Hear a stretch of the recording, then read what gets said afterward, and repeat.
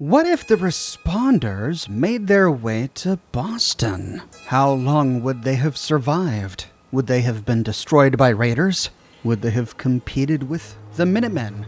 Would they have joined forces with the Minutemen? What would have happened to them? And what would they have looked like? We might never know if it weren't for mods. After all, you're watching Oxhorn's Mod Muster.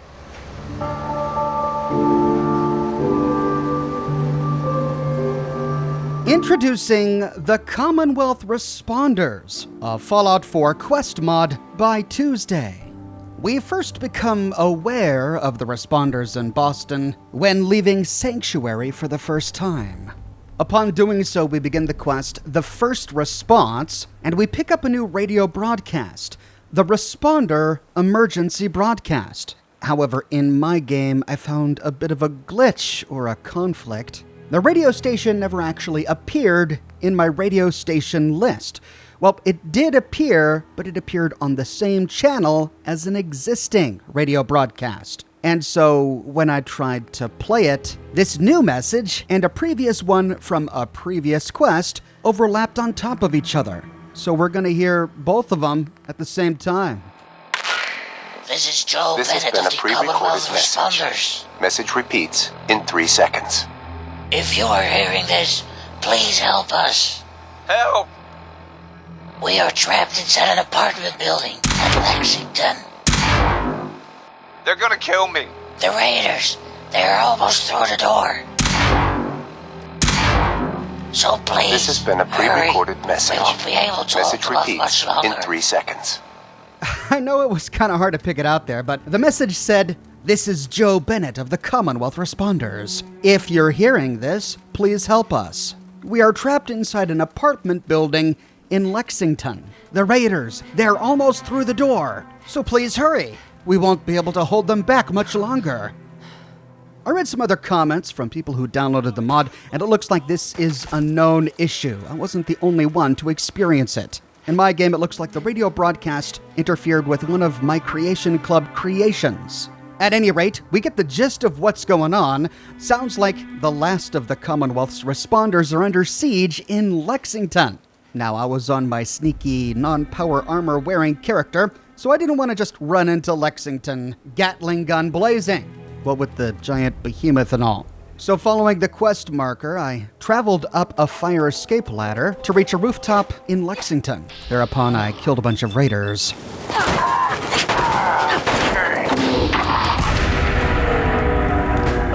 The quest marker points to this building beneath a Lexington overpass. We see a ruined shower in there. Looks like I can make it. Hopping down, sure enough, there's a door just beyond the shower, but I had a sneaking suspicion that this is where we are to come out. The quest is probably designed to have us start on the ground floor, so clearing the raiders on the ground first.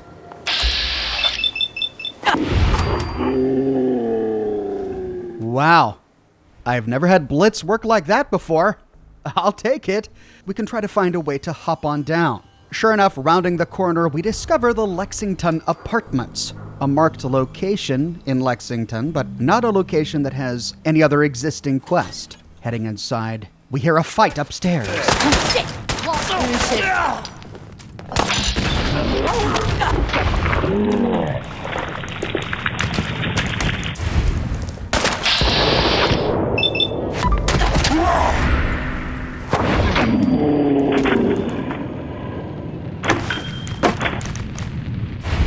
Jeez, these raiders are straight up murdering responders. And settlers, we find a settler corpse here. And looting a chunk on the steps, we loot a responder corpse. On his body is a couple of brand new clothing pieces, a fire breather outfit, and a fire breather helmet with gas mask. But we've got more raiders above us.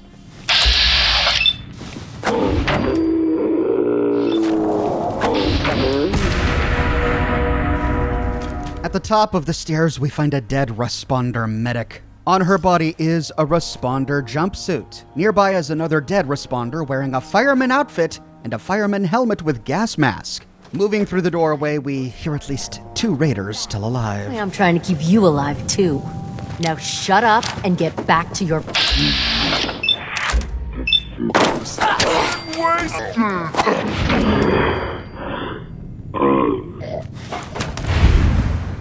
We're in a pre-war kitchen. Lying on the floor is another dead responder wearing a fireman costume and a fireman helmet with gas mask. Then, rounding some boxes, we find another dead responder. This one wearing a fireman uniform and a fireman helmet with gas mask. If we loot a straw pillow on a nearby dirty bed, we find Joe's note. To whoever finds this, look for Jake Campbell. Just search for the 3 flamingos guarding the door. Joe Bennett. Oh, well, I'm glad we got here before the raiders could read this message. He might have inadvertently led the raiders right to his friend. By reading the note, we complete the quest, the first response, and begin the quest, the last responder. Find Jake Campbell. Heading out the nearby door, we appear on the rooftop in that ruined shower, just as I suspected. Leaping down to the ground, we do find some flamingos near to this building, but only 2 of them. We're looking for 3. Thankfully, racking my memory, I remember that I did a lore video on the nearby Mystic Pines. And as I recall, just outside, we find 3 lawn flamingos. Heading inside, we see that not much has changed. We can loot a huge stack of Nuka-Cola on the floor here, and then head through a doorway to a courtyard, where we find a brand new symbol painted on some wood. A symbol we should be familiar with if we've played Fallout 76. Lying on the ground near to this symbol is a dead raider, and beneath the raider's corpse is a note, I want him alive. Listen very carefully, numbnuts. We've been chasing these guys for weeks. We finally had them trapped, and what the heck happens? Half of our guys die, and we are still one asshole short. Find him! Bring him back to Corvega! Alive! The boss has been real clear about this. If he dies before he gets here, you'll be taking his place. With that, we complete the quest, The Last Responder, and we begin the quest, The Hostage Situation. Rescue Jake at Corvega. And these raiders really wanted this responder guy. I wonder if we'll ever learn why. Lying on a sandbag barricade behind this responder symbol is a holotape. Jake Campbell's log, number 1. This is Jake Campbell, responder volunteer. I don't know what happened. They told me to stay here in case Preston comes back.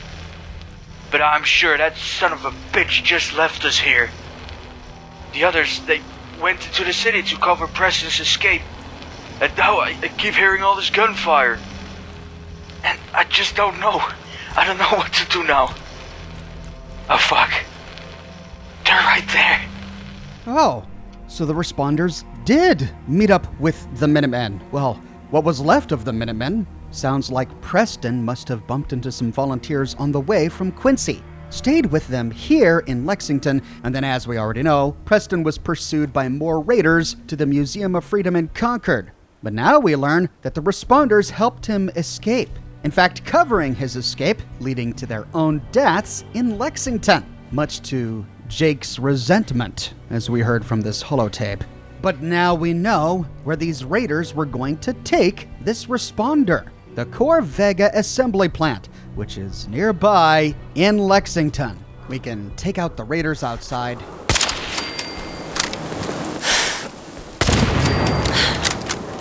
I know you're here. Shut up, you're dead. And then head on through the front door. The interior should be familiar to most of us, especially if you saw my video on the Corvega assembly plant. We navigate through the ruins and up and down staircases until at last we arrive in the main car assembly room, an assembly room filled with raiders. Show your face. Come on, I dare ya. And you got to drive these babies around. Lucky devil. Not out. Tommy. Don't look, but I think we're being watched. Where'd that little bitch go? Turn up. Dead.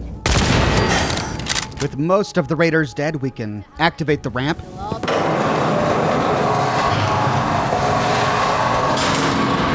Move across and access this floating pod, which served as Jared the Raider's throne room before we killed him in my earlier video. In the back of the floating pod by the end of Dungeon Steamer Trunk, we find a pair of handcuffs, a bobby pin, and Jake Campbell's log, number 2. This is Jake Campbell. responder volunteer. Or in this case, responder hostage. I only have a few minutes before the raiders come back. The raiders found me back in Mystic Pines. I managed to kill one of them, but there were just too many of them. They knocked me out and brought me to God knows where. The raiders told me about what happened at the apartment building. Shoot him! And now they want to know where the others are. Seems we have a tail. I told them I didn't know. Told them they all left. But if these raiders are looking for them, I need to warn them somehow. If I could just pick these fucking handcuffs, I'd be out in no time. Either way, when I escape, I'll head north and follow the power lines until I'm out of Lexington. We'll never find his holotape with all this crap laying around. Hell, they probably don't even know what a holotape is. Ah, shit. The raiders are coming back. Jake Campbell signing off. Okay, interesting logic there. They'll probably never find this holotape that I'm gonna put on a desk in the middle of the room next to the handcuffs I just picked, and I'm conspicuously missing. And yeah, look at all this junk lying around. All this junk. Just tons of it everywhere. All that junk. Well, despite Jake's questionable logic, at least we know where he went.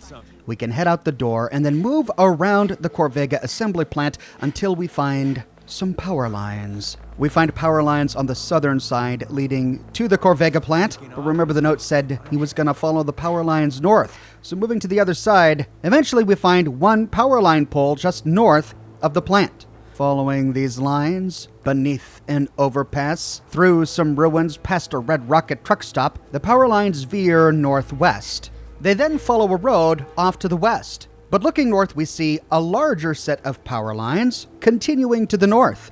Heading that way, eventually, we discover a man standing near to a tarp shelter beneath one of these towers. He's wearing a responder jumpsuit.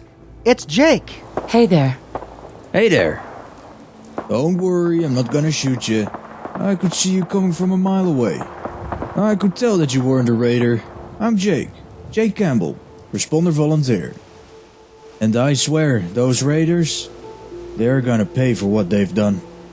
But in order for that to happen, I'm gonna need some more people.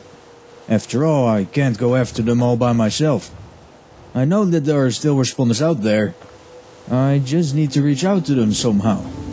You know, maybe if I can get to one of those pre-war relay stations, I could send out a message. All I would need is a manual on how to override the signal. You know, how about we make a deal?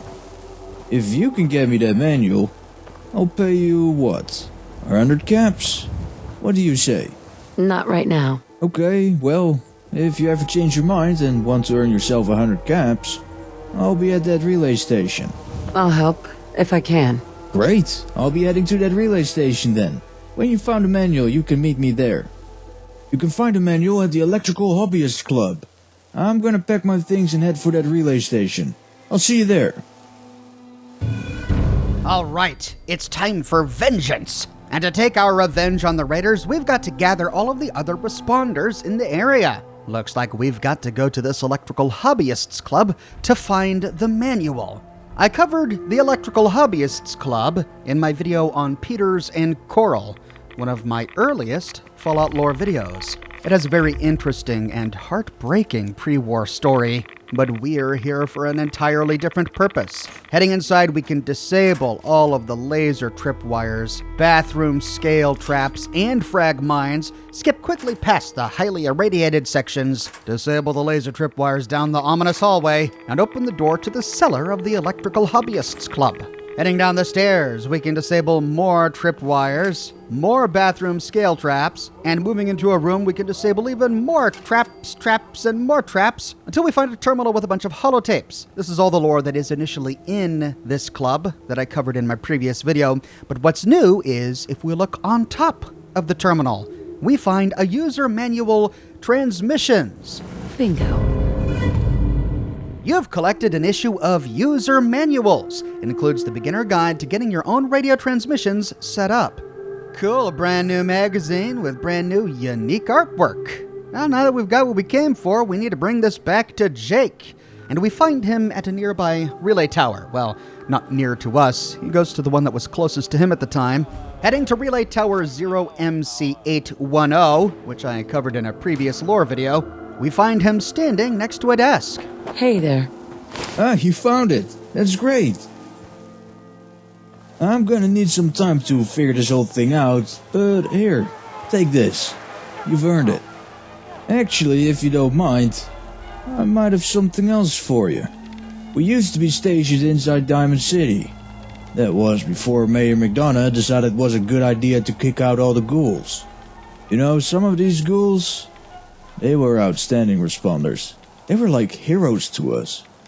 So when the mayor decided that they had to go, we all went straight with them, as a team. The mayor, however, saw this as a betrayal and banned the responders from entering Diamond City for good. So I thought, since you are not banned from Diamond City, maybe you can take a look and see what's left. From what I've heard, our base inside Diamond City has stayed abandoned ever since we left. They might have already ransacked the place, but it's at least worth a shot. Just look for anything that might look useful. Things like blog books, manuals, you know, that kind of stuff. With that, we complete the quest Radios for Dummies and begin the quest Diamond in the Rough. Find the abandoned responder base. So wait a minute, according to Jake here, the responders have a long and storied history in Diamond City, going as far back to before Mayor McDonough's tenure. And the responders there were comprised primarily of ghouls. Now where on earth would this old abandoned responder base in Diamond City be? Heading that way, we discover that it's in Home Plate?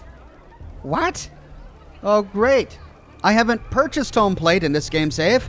Oh man, looks like I'm gonna be $2,000 short. Taking the elevator all the way up to Mayor McDonough's office, we can buy a key to the place from Geneva. I'll take it. Here's the key. Let me be the first to welcome you as a resident of the Great Green Jewel. Then taking the elevator back down, we can enjoy the gorgeous view, and then open the front door to our brand new player home. Inside, we find a few new changes. For one, there's a responder flag on the wall, and a book on a bedside table. Much of the rest of the player home has been left alone. Snagging the book, Yes. you've found a responder journal. This journal is filled with useful information about responder operations throughout the years. Taking the journal back to Jake. Hey there. So, did you find anything? Damn, you sure hit the jackpot with this one. This journal right here, it tells us everything the responders were working on back in the day. So, I guess I have some reading to do. Oh, by the way, we're always looking for new recruits. And after seeing what you can do, I think you make one of our finest recruits yet. So, what do you think? Are you ready to join our ranks and become a responder? Here we find 4 ways to say yes. No ways to say no or maybe, but yes. So I'm gonna go, oh, hell yeah. Hell yeah. Now that's the spirit. I hereby promote you to responder volunteer. Welcome to the team. I don't actually know if I have the authority to do so, but who would stop me, right? Here, take this. It's your uniform. You don't need to wear it if you don't want to, but I bet it smells better than what you are wearing now. So, you know, think about it. I still have some work left to do to get the relay tower up and running, but it shouldn't take too long. Come see me in maybe a day or two. The relay tower should be fixed by then. With that, we get a responder volunteer jacket, complete the quest Diamond in the Rough, and begin the quest A Call for Help. We need to wait for Jake to finish his repairs. This is a small snippet of the new responder story quest available with this mod. I won't go through all of it because I don't want to spoil the entire mod for you, but this mod comes with 28 new quests, much along the lines of the ones that we've completed already. But the mod is more than just 28 new quests. It adds new outfits, skins, and settlement objects to the game. The Commonwealth Responders comes with 30 new buildable items that we can build in our settlements, and a whopping 52 new buildable signs. Many of these look the same but have different logos and text. to help prospective responder volunteers better navigate our settlements. The 27 new outfits are either faithful reproductions of the responder outfits we find in Fallout 76, or reskinned existing items from Fallout 4 with a responder flair. We even find a selection of brand new hats and headwear, and even some backpacks. There are so many new items that we get that I can't possibly give each one the detail it deserves. So here's a small selection of some of the best.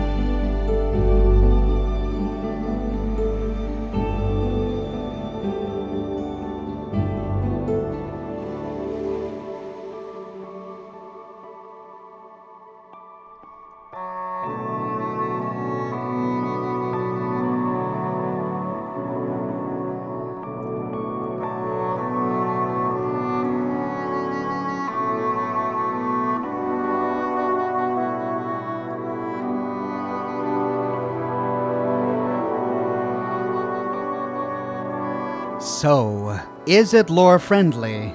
And yeah, I think the mod authors have done a great job attempting to fit a responder storyline into the world of Fallout 4. All of the details they referenced that we went through together, they got right. Preston did indeed go through Lexington on his flight from Quincy. Mayor McDonough really did hate ghouls and banned them from Diamond City. All of the lore points they touched upon were accurate. The only issues I have with the story might just be personal preference. I prefer lore mods that leave existing vanilla locations and characters more or less alone. I like lore mods that tell their stories in new locations or in locations that weren't really touched upon in base Fallout 4 or any of the DLCs. Doing so reduces the risk of breaking continuity in the primary plot or changing any of the vanilla experiences so that they become something they were never intended to be. Touching on the settlements and player homes can be a bit dangerous for those of us who have already built up our settlements. The mod extends the build area of Jamaica Plain, which is really cool, allowing us to build a much larger Jamaica Plain, and I didn't find any conflict with my existing Jamaica Plain settlement with this mod installed. But I had already decorated my home plate, player home, on a different character and scrapped everything that was in there previously. So the new items that the mod adds to home plate may just need to be rearranged a bit if you install the mod on an existing game save. That said, from what I've seen, all of the places they have altered, they've only altered slightly. Home plate was altered, but just with a flag on the wall and a book on the nightstand. Mystic Pines was altered, but only in the courtyard, where there was very little in the vanilla game to begin with. The Lexington apartments were altered, but then again, it wasn't really used in any quest in the vanilla game, and all they did is add a few bodies and a note. So it's a light touch, and I do appreciate that. As you saw, there were a few minor typos, and the voice acting of characters was a bit jarring at times, but we have to remember that this is an ambitious fan project, built with passion from those who love the responders in Fallout 76 and the world of Fallout 4. And if ever there was a unique and lovingly built mashup of the two, the Commonwealth Responders is it. But what are your thoughts on the mod as we've seen so far? Are you excited to continue the quest to find out what happens once Jake gets the radio broadcast up and running? Are you delighted by all of the new outfits and skins? Let me know your thoughts in the comments section below. If you're interested in the Commonwealth Responders, you can find a link to the mod in the description below, and it is available on the Xbox One as well as the PC. Mods like these are passion projects for modders. It's a creative outlet for them and a way for them to celebrate their favorite games. So the best way you can support mod authors like this to encourage them to continue to work on their mods and make new ones is to donate to them. I know they would appreciate it very much. I publish new Fallout videos each and every week on my channel, so if you don't want to miss my next episode, be sure to subscribe and to click that bell notification button. If you have already but you still feel like you're missing out on YouTube notifications, consider following me on Twitter at Oxhorn. I update Twitter manually with every new piece of content that I publish. I've got a shirt shop with completely unique designs that you can't find anywhere else. My designs come on shirts in a variety of men's, women's, and children's sizes, and in a wide array of colors. You can find them on other products as well, like smartphone cases, pillows, posters, mugs, stickers, prints, etc. So if interested, you can find a link to my shop in the description below, or you can click here. If you like what I do and you want to support me in a more personal way, consider becoming a patron on Patreon or a member here on YouTube. YouTube members and patrons on Patreon gain access to a private channel for members only on my Discord server. And YouTube members gain access to a little icon that appears next to their name in the comments section of my videos, and they can use ox emojis during the chat of my live streams. But more than anything, I'm just so glad you're here watching this video with me today. Thank you so much for watching, and I'll see you soon with more brand new videos.